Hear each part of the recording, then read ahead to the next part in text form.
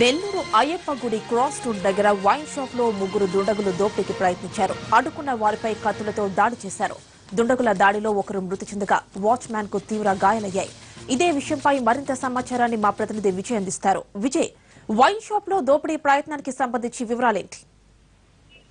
యామిని, గత కొంతకాలంగా నెల్లూరు జిల్లాలో దొంగలు చెలరేగిపోతున్నారని చెప్పుకోవచ్చు.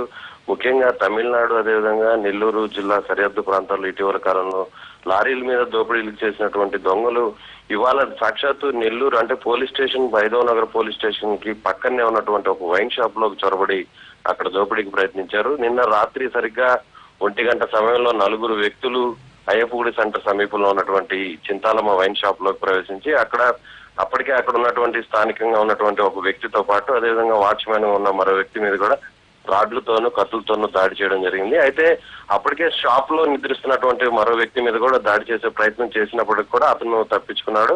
అయితే అతని దగ్గర ఉన్నటువంటి సెల్ ఫోన్ వెంటనే కూడా లాక్కొని ఆ తలుపులను కూడా పగలగొట్టి 4 వ్యక్తులు కూడా లోపలికి ప్రవేశించడం జరిగింది. అయితే క్యాష్ బాక్స్ లో ఉన్నటువంటి అమౌంట్ ఏదైనా ఉంటుందని చెప్పి వీరంతా కూడా సోదాలు జరిపినప్పటికి కూడా అప్పటికే అక్కడ వ్యాపారం ముగించుకొని వెళ్ళినటువంటి క్యాషియర్ మొత్తం నగదంతా కూడా తీసుకెళ్లిపోవడంతో క్యాష్ ఏం లేకపోవడంతో అక్కడ ఉన్నటువంటి కొన్ని మద్యం బాటిల్స్ ని తీసుకెళ్లిపోయినటువంటి పరిస్థితి కూడా ఉందని చెప్పి పోలీసులు మనకు చెప్తూ ఉన్నారు.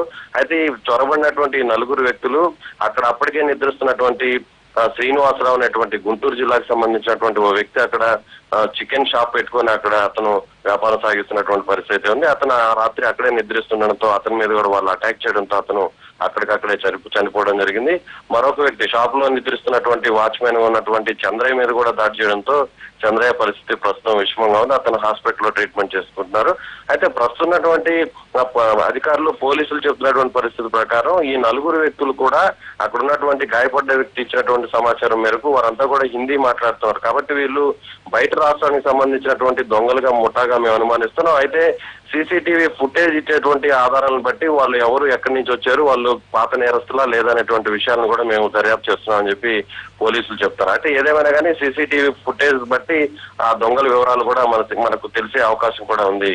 యామిని, విజయ్, మధ్యకాలంలో సెక్యూరిటీగా ఉన్న వారిపై ఇలాంటి దాడులు జరగడం ఎక్కువైపోతున్నాయి. మనం ఈ మధ్యన చూస్తూ ఉన్నాం. మరి అధికారులు, పోలీసులు ఏమంటున్నారు ఈ ఘటనతో? మరీ పునరావృతం కదా యామిని, గత కొంతకాలంగా నెల్లూరు ముఖ్యంగా నేరాలకు ఒక రకంగా ప్రశాంత జిల్లాగా నెల్లూరుని మనం చెప్పుకోవచ్చు. అయితే ముఖ్యంగా నెల్లూరులో మామూలుగా అసాంఘిక కార్యకలాపాలు తక్కువగా ఉన్నప్పటికీ కూడా ముఖ్యంగా దొంగతనాలకు ఎక్కువగా జరిగేటువంటి జిల్లా కేంద్రంగా కూడా అటు నెల్లూరుని చెప్పుకోవచ్చు. ఇటీవల కాలంలో హైవే మీదనే సాక్షాత్తు హైవే పక్కన పెట్రోల్ బంక్ సమీపంలోనూ అదేవిధంగా కూడల ప్రాంతాల్లో కూడా అక్కడ కొన్ని వాహనాలను పెట్టుకొని నిద్రిస్తున్నటువంటి లారీ డ్రైవర్ల మీద అదేవిధంగా అక్కడ ఉన్నటువంటి క్లీనర్ల మీద కూడా దోపిడీలకు పాల్పడి అక్కడ వారిని కొట్టి గతంలో కూడా అక్కడ ఉన్నటువంటి నగదును కూడా తీసుకెళ్లేటువంటి పరిస్థితి ఉంది. కరెక్ట్ గా వారం రోజుల కిందట ఒక చాక్లెట్ లోడ్ తో వెళ్ళేటువంటి లారీతో పాటు ఆ లారీలో ఉన్నటువంటి యజమాని, డ్రైవర్ ని, క్లీనర్ కూడా కిడ్నాప్ చేయడం జరిగింది.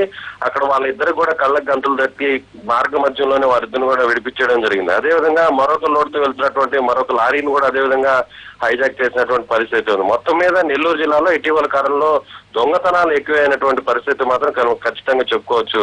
యామిని, రైట్ విజయ్.